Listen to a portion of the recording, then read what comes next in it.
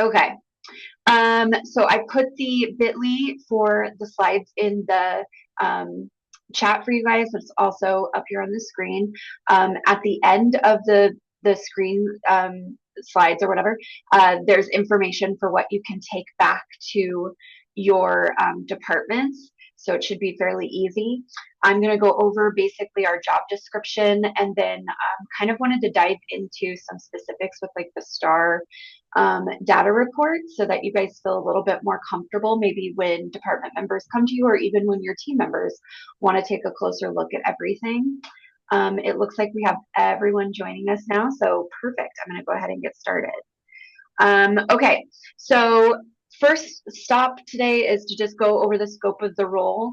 In the chat, maybe tell me what your thoughts are. I know that when we started the lit leaders back up with the high school lit leaders last year, they decided they wanted it to be a 2-year position and then reopen it for the next 2 years. So let me know what you guys are thinking on that. If you'd like to maybe have the position for 2 years, or if you'd like to keep it on a year-by-year basis, that would be helpful for me to know moving forward. And then we're going to, like I said, talk about the universal screener and looking at the data a little bit. I think the lit leader position for me, and I'll talk about this a little bit more in the scope and sequence piece or what the scope of the role is, but from the feedback from the administrators, they really wanted a kind of train the trainer model. And the idea here is just like to be able to communicate from the district to you guys. And so then we know that both through you as well as the academic coaches, there's a lot of really good communication from TNL to each of your buildings. Then we might briefly, if we have time, talk a little bit about using interactive notebooks in the classroom. I'm just curious if that's working at your buildings with the new schedule and how that's going. And I'll talk a little bit more about kind of focus on writing because we have been so reading focused. And then at the end of the slides, like I said at the beginning, I've got some information on what I would love for you guys to take back to your departments over the next month. So scope of role. So again, kind of sharing strategies that we talk about together in our lit leader meetings with your department. And that could also be your team since you guys are meeting so often, probably more with your team than you are with your departments. Hopefully maybe collaborating a little bit with the academic coaches and your admin at your building, really kind of diving into your building SIP plans as well as the district strategic plan. And then also maybe taking some of the things that we talk about together back to the classroom to model for some of the other people in your department. We really are focusing on the literacy growth for the students. So thinking I'm going to try really hard within our meetings to focus on reading, writing, and the speaking components, since oracy is such a big part of what we do. And then in terms of your compensation, you're going to be paid for all of your meeting times, even when we meet for half day. We have 2 half-day pieces. I'll pay you for that time, even though I'm also providing a sub. I just think your time is important and you're providing by just being here and communicating and working together with me. We might have some conversations about the pilot and the upcoming materials selection as well. I don't think you guys are going to be necessarily making any decisions there. You're not necessarily voting members or anything, but again, the communication back and forth, I think is going to be really important. You'll be paid an hour per month to hopefully have some communication within your department. So bringing back any of the things that we talked about. And then we also are probably going to do a book study for second semester with the book Textured Teaching. And I'm going to pay you 4 hours to read that on your own time. And then we can talk about it as a group when we're together in meetings. All of that time will be per diem rate as well. And I hope we can get to it at the end. I'm going to have you fill out a form for me, and hopefully we can do it digitally so that I can get it printed and sent to the business office quickly versus like inter-district mail. That's kind of my thoughts. Okay, so for the fall, some things for us to think about. And I want your feedback on this because I do know that people have felt really overwhelmed with things, especially with win time and stuff. One of my first thoughts, and I let the academic coaches know and the administrators know, was, we have a whole bunch of data on reading and just not a lot of data on writing. And I'm going to show you a screenshot in a minute. Those that are on our selection committee have seen this as well, but the writing scores are kind of scary. So how can we do a better job at thinking about the writing curriculum, or how we're introducing writing with our students, and how we're collecting data and making some instructional moves? And one of those was to go back to looking at writing samples and doing some calibration. I know last year I was able to get into a couple of schools to do some calibration with Christy Miller, our SBLS TOSA, but we didn't get to do that with every school. I'm still working on trying to figure out how to make this happen, because with the selection materials committee, I don't have a ton of money for doing half days like we did last year. So I'm working with Christy Miller on trying to figure out if we can pull from her budget string or what. Otherwise, maybe looking at either training you guys on calibration or training the academic coaches on calibration. But feel free in the chat to let me know what your thoughts are on collecting writing data. And again, I also know that some of the buildings have that kind of built in with some of the practices that you guys have been doing with your win time. Not all of the buildings, or I haven't heard from all of the buildings that you're doing that, but I know some of the buildings did like an on-demand writing sample so that your teams had time to take a look at the writing. So just really interested in what your thoughts are on trying to get at least one calibration done as a department for the end of the year. This is, again, something we used to do pre-COVID, and really fits with the SBLS mindset. So wanting to pull that back in and really have those deep, rich discussions about writing instructions and our rubrics and all that good stuff. What I was hoping you guys could bring back to your department within the next month, so through the month of November, is looking a little bit at the STAR screener data, as well as maybe talking a little bit about interactive notebooks, or how we're using notebooks in our classrooms, and then also thinking about calibration and when that kind of can possibly be done. I was hoping we could do one first semester and optional one by second semester, but if we could even do one for the year, that would be awesome. So let me know your thoughts on that. That would be really, really helpful to hear what you guys are thinking. Language arts, yes, I'm talking about calibration with your language arts teams. And that, I think, is a little bit more difficult, since a lot of your admin directed time is so win team oriented. So that's where kind of thinking about where we can pull some money to do like half day subs or whatever might be more important or helpful. So yeah, any of your feedback would be so helpful. Okay, so just a little bit of side note on why we might want to be pulling some of these writing samples and taking a closer look at our data. Our OSAS scores from last year show that we're like below level in almost all categories for writing as a district. And so even if we didn't get to the writing samples, then using interactive notebooks in our classroom is going to really help in a lot of different capacities. And I know that the high school uses them a lot, and really would love to see a more concerted effort at the middle school level of using readers and writers notebooks.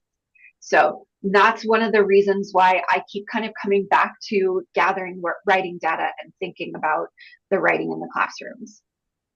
Okay, good. I'm so excited to see that you guys are putting some information in the chat. That's going to really help me moving forward. So this is kind of a deep dive into understanding some of the STAR data, and I am watching our time carefully because I know that we only have a short time together, and this is probably more information than we'll get to. So just knowing that you guys have the slides and you can maybe go through them on that time that I'm providing or paying you for would really help. And then if you have any questions on that and you'd like to have more one-on-one time, please reach out to me. We can Zoom over your prep period, or I can come to you. Either way, I'd love for you guys to really feel comfortable kind of digging into the STAR data so that you can be that point person for your building. Okay, so in terms of our MTSS system for literacy, we have the screener, which is the STAR reading test. We have progress monitoring, which is going to be Lexia Power Up. We have the data decision making teams within our win time. And then when it comes on board, if it comes on board, we're supposed to have EduClimber to be able to see all of the data. I'm not really pleased with EduClimber at this point in time. I'm doing a lot of digging still in the Lexia Power Up dashboard, which is great. You guys already have a good foothold there. And then I'm digging a lot into like the STAR data, and just I'm not going into EduClimber. It doesn't have all the information I think that we need at this point. In terms of being able to provide like really good concrete definitions for tier 1, tier 2, tier 3, tier 1 is going to be your core instruction, your main class. Universal Screener is considered to be a part of your tier 1, and interventions can be done, or tier 2 interventions can be done in both your core and win time. That's something for us to kind of wrap our minds around and think about. So tier 2 can be Lexia, can be, I think of it as our conferring, some of the stuff that we've been taught in professional development on how to confer with students, both for reading and writing. That to me is a small intervention, or tier 2 intervention, that we should be able to do. In listening to some of the academic coaches, they were telling me that some people were kind of concerned between the difference between a SPED intervention versus MTSS intervention. So hopefully we can dive a little bit deeper into that today or in our next meeting to make sure you guys feel confident in what that looks like. These are the 4 reports that I have pinned in my STAR data, because they're the ones that I keep on going to again and again. So you've got the STAR record book, which is good for just at a glance and seeing your classes. And then being able to even manipulate groups if you're interested in going that far down the rabbit hole. The student report, the instructional planning student report, is going to be helpful as you dive into some of your students that are in the red and yellow categories and needing to know very specifically what they need. If you're diving that deep. Otherwise, I think living in that instructional planning class report is where I have been doing a lot of my digging. That's one to just get a great idea of what you can do within a class period, which I think is a little bit more helpful. It also is helpful to see trends overall within that class period, and as well into your grade level as a whole. And then the STAR diagnostic report gives you some information about like how the kids did on the test, like if they took it seriously. So it has a fidelity report. And then it also shows like the ZPD. There's a couple of different places where the ZPD score shows up as well that I'll kind of dive into again and watching my time. So scaled score, this is one of the scores that's going to be helpful for you to see students' performance over time and across grade levels. It starts at 0, goes up to 1400. I've tried to see, and I know Deb did some work on trying to figure out where the grade levels hit on the scaled score. It's hard to find any information on where certain grade levels go. So if Deb wants to share that information with the group, I'm sure people would be interested in hearing that. The ZPD is kind of attached with Accelerated Reader. I do not think or know that Accelerated Reader is something that we're ever going to be looking into. Hey, However, knowing I'm on a Zoom meeting. Oh, sorry. You want to? Oh, Nope, you're fine, Jeanette. Don't worry.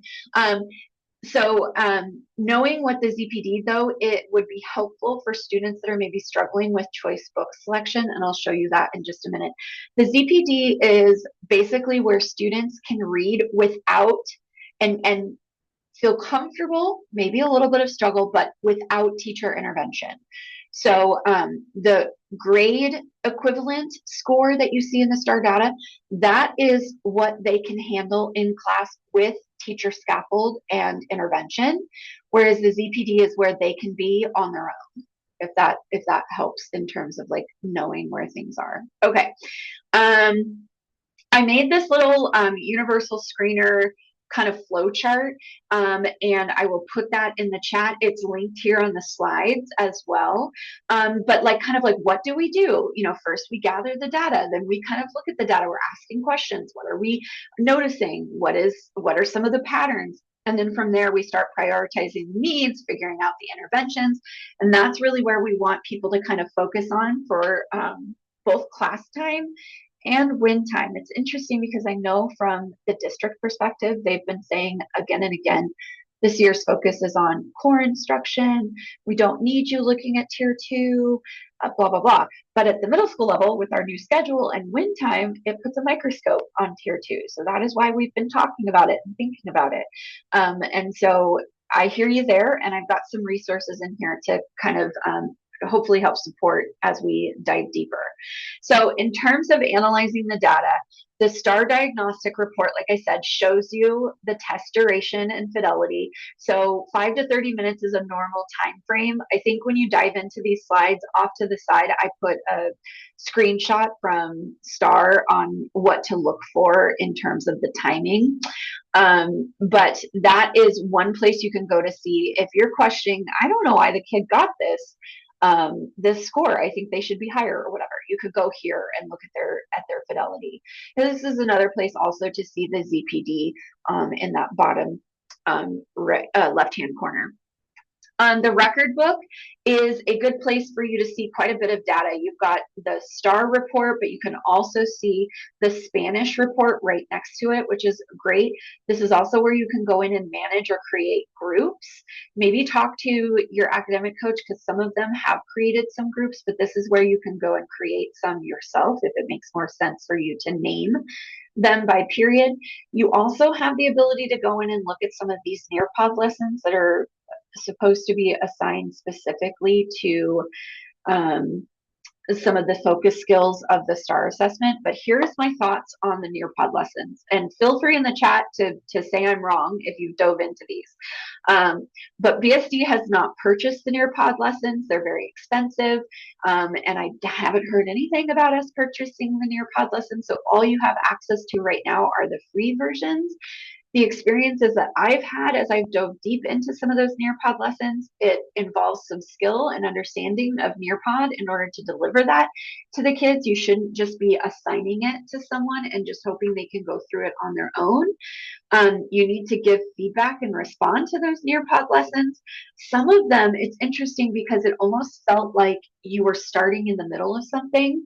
As I was looking through them, I was like, whoa, wait, am I supposed to know what's going on here? There was some that were offered that were a part of Learn Zillion, which is kind of like a teacher's version of Khan Academy. And the first one I opened up had a mentor text where the kids were smoking a joint. And I was like, oh, out of context, you know. So really be careful with some of those Nearpod lessons.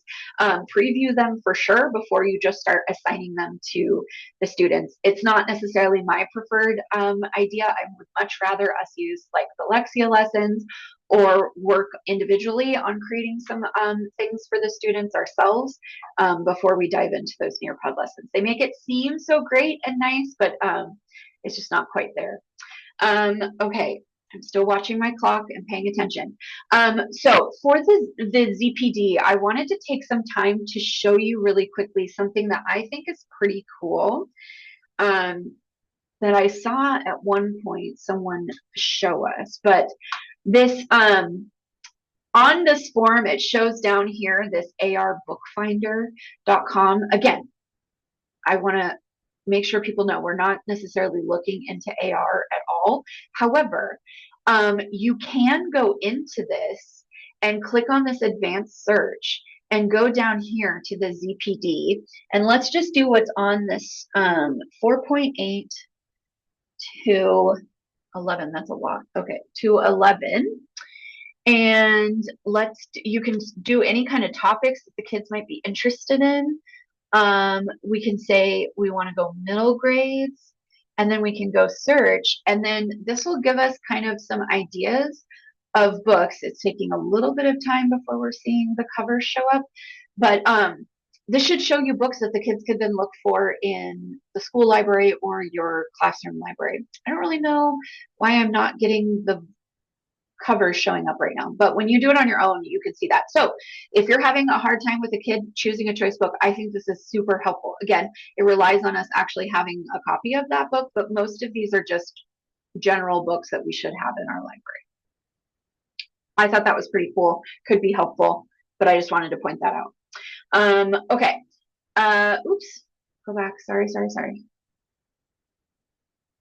Where am I? Here. Okay. In terms of looking at grouping your students, I mean, I think you guys know how to do that. Let me know in the chat if you feel like we need to focus on that a little bit more. I think some of your academic coaches have been working on trying to pull some of your groups.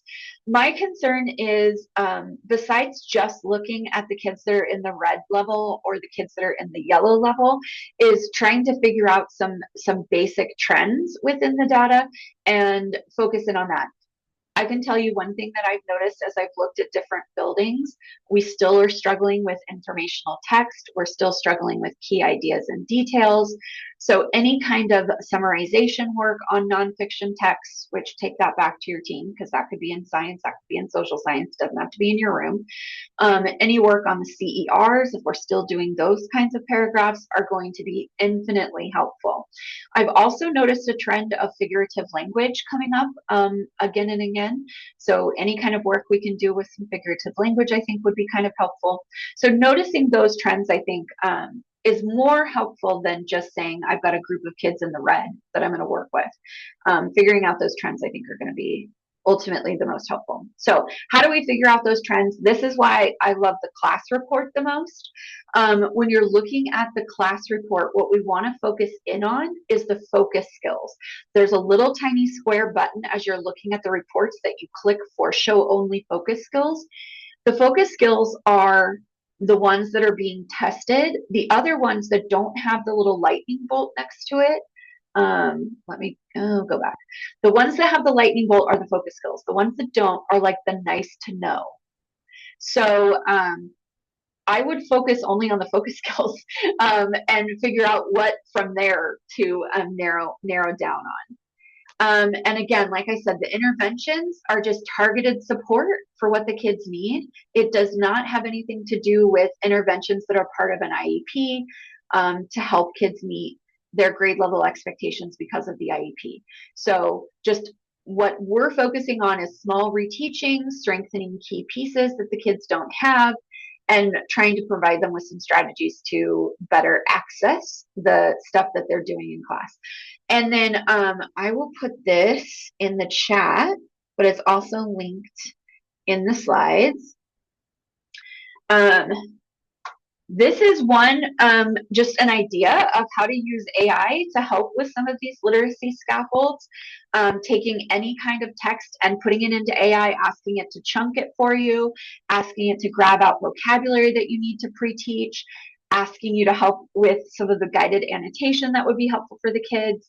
I mean, there's all sorts of things. And it's and I also gave you the prompts to use when you go into either ChatGPT, Magic School AI, any of those, the prompts are right there. So that is a good resource, I think, to help make your jobs a little bit easier.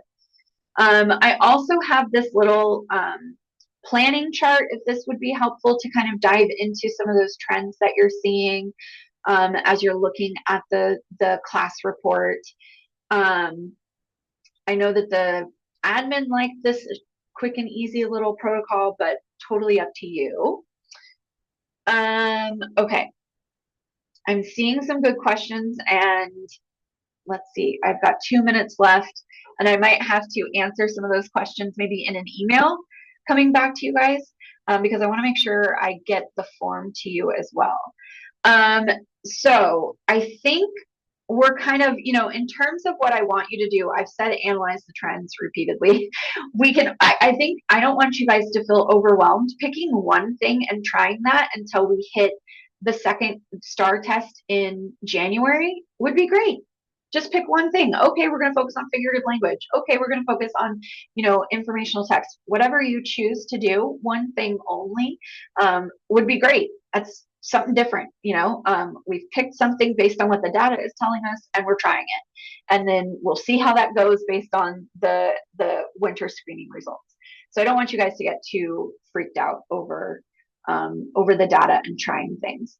I also have this is attached to the flow chart, but this is some ideas for tier 1 interventions. And I think hopefully as you look at some of these, you're like, oh yeah, I already do that.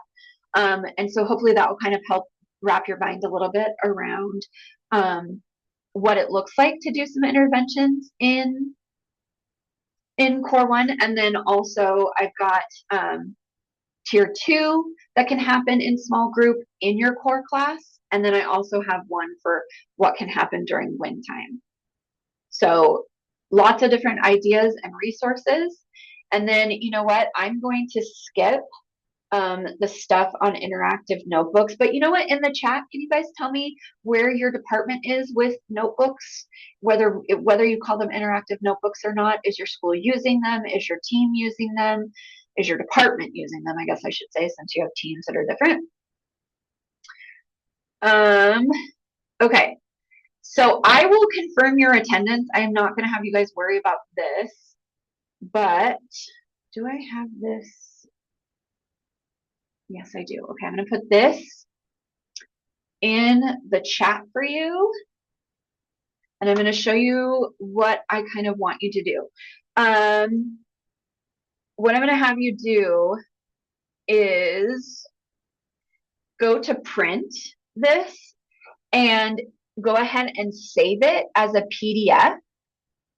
And then when you do that, go ahead and fill it out, and you can type your name. You don't have to print it and sign your name. You can type your name. Business office will take that.